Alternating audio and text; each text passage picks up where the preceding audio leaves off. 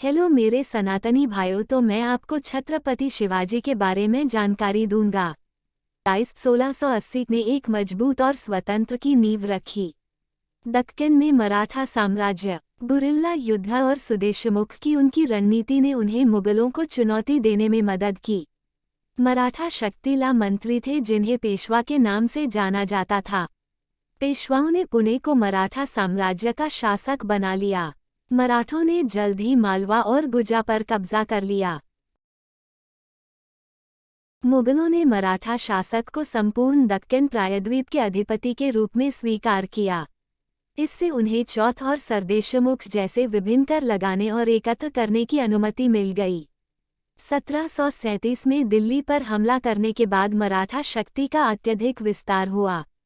उनका प्रभाव राजस्थान से लेकर उत्तर में पंजाब, उड़ीसा और बंगाल और दक्षिण में तमिल और तेलुगु भाषी क्षेत्र तक फैल गया।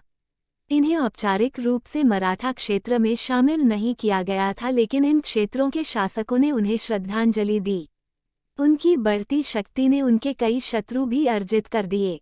इस प्रकार 1761 में पानीपत की तीसरी लड़ाई में, जो मराठों और अफगान आक्रमणकारी अहमद शाह अब्दाली के बीच लड़ी गई थी, कई भारतीय शासकों ने उनका समर्थन नहीं किया।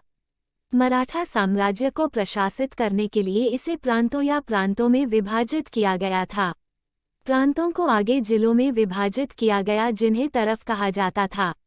धीरे धीरे मराठा सरदारों ने अनौपचारिक रूप से पेशवा की सत्ता से अलग होकर अपना स्वतंत्र शासन स्थापित कर लिया। इनमें से महत्वपूर्ण थे इंदौर के होलकर, बड़ौदा के गायकवाड़, ग्वालियर के सिंधिया और नागपुर के भोंसले। 18वीं शताब्दी में भारत के राजनीतिक परिदृश्य का बारीकी से विश्लेषण करने पर एक महत्वपूर्ण बात यह सामने आती है कि शासकों के बीच फूट और ईर्ष्या ने उन्हें कभी भी आक्रमणकारियों के खिलाफ मजबूत प्रतिरोध करने की अनुमति नहीं दी। इस प्रकार जब अहमद शाह अब्दाली ने भारत पर आक्रमण किया और उसके बाद पानीपत की तीसरी लड़ाई हुई, तो राजपूतों, जाटों और सिखों ने मराठों का समर्थन नहीं किया।